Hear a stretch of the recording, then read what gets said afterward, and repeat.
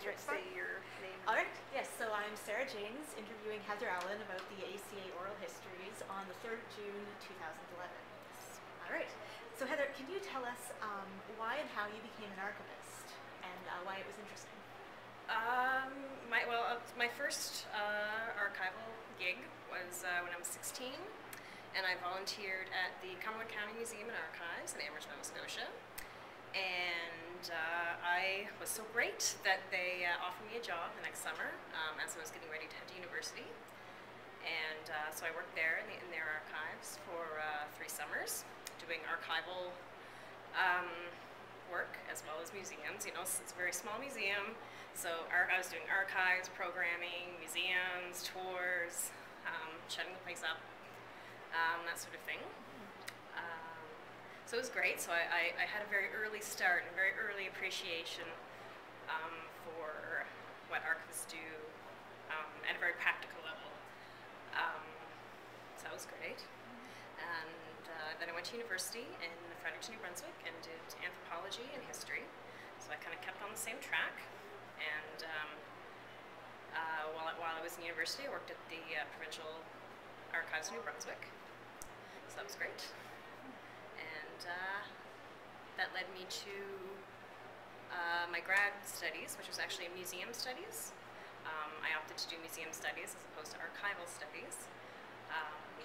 But then I ended up in archives anyway, and it's been happy ever since. Was there anyone who you worked with or who you studied under who really had an influence on you? At the Cumberland County Museum, I worked with Barb Thompson. And she came in, I think, my last summer, and she's been a great resource in the Nova Scotia archives community, so that's great. And in New Brunswick, I worked with Fred Farrell and Bert Glendenning, and they were extremely helpful and put up with a lot of my questions and that sort of nonsense as I was trying to figure out RAD and make my way through the books and all this stuff. So I'm very thankful for both of them. School-wise, not so much on the archive side, 'cause I didn't take any archive stuff, but lots of good museum experiences and stuff like that. And what do you think about the relationship between museums and archives in your experience?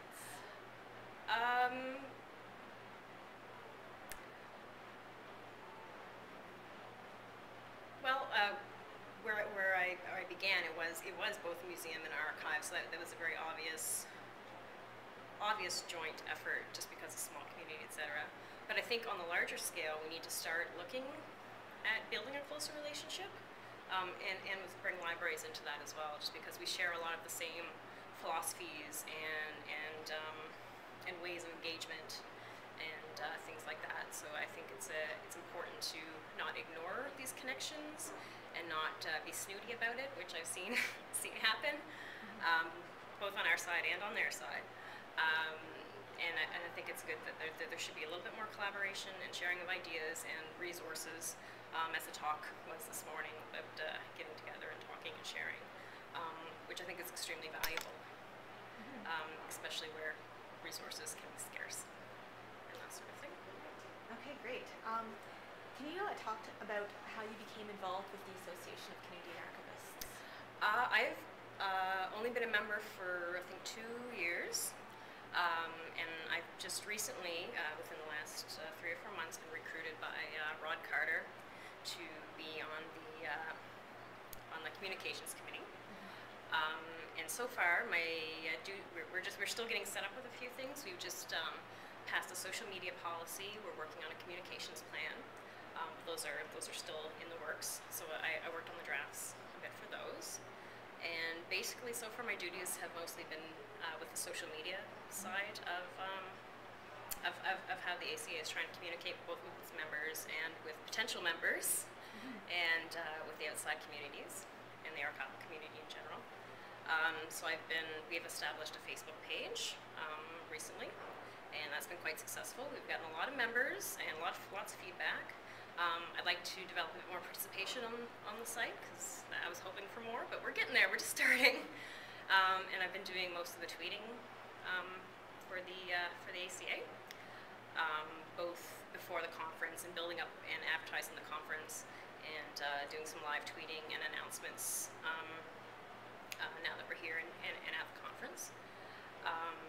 And then I have some ideas of what to do after the conference is over for tweeting. So I'm not going to be completely silent. You'll still be hearing from the ACA Twitter account and Facebook page. So that's what I'm working on so far.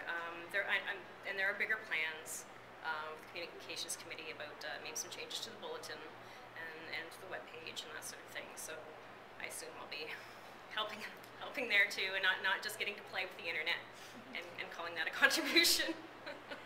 Now you do some of that playing with the internet Yes. personally, and Yes. also you're employed at the Nova Scotia. Nova Scotia Archives. Right. Yes. So you're involved in that sort of work there as well. I A believe. little bit, though we do have we're lucky enough to have a dedicated person right now. I know a lot of institutions aren't as fortunate, but we do have a dedicated social media body, Laura Newstein, and she's been fabulous, and she's quite well known in the archival and technology area, I guess. And what sort of impact do you think that's making on your archives?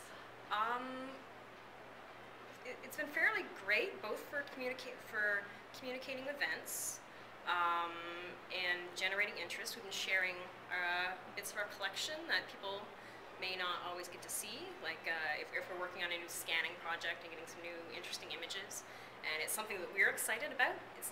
We get to share that with people, and other people get excited, and it's great because we're also able to reach a lot of non-traditional audiences, like people who may not be just like, oh, archives, dull, boring, but then they get to see these great photographs, great collections, and all this stuff, and start connecting with the archives and with the history of Nova Scotia, and we've been getting a really fabulous response, and so that's been great. And we're also, well, mostly through our Facebook page, we're toying with user-generated content. So we'll post a picture that's maybe only partially identified, either people or place, and ask our followers, do you know what this is? And we've had great response. We had one where we posted a group of people, a group portrait, and we had someone write in and say, oh, this is my uncle, and this is his story, and so this is my uncle, and this must be the date, and who these other people are, and so we're able to get all this content out of just posting a picture on our Facebook page. Fantastic. Mm-hmm. All right. So we've got some very historical questions. So you've been to a couple of the conferences that the ACA has had. This is only my second conference. Okay. My first one was the one in Halifax, which was great. It was very easy since, I live and work there.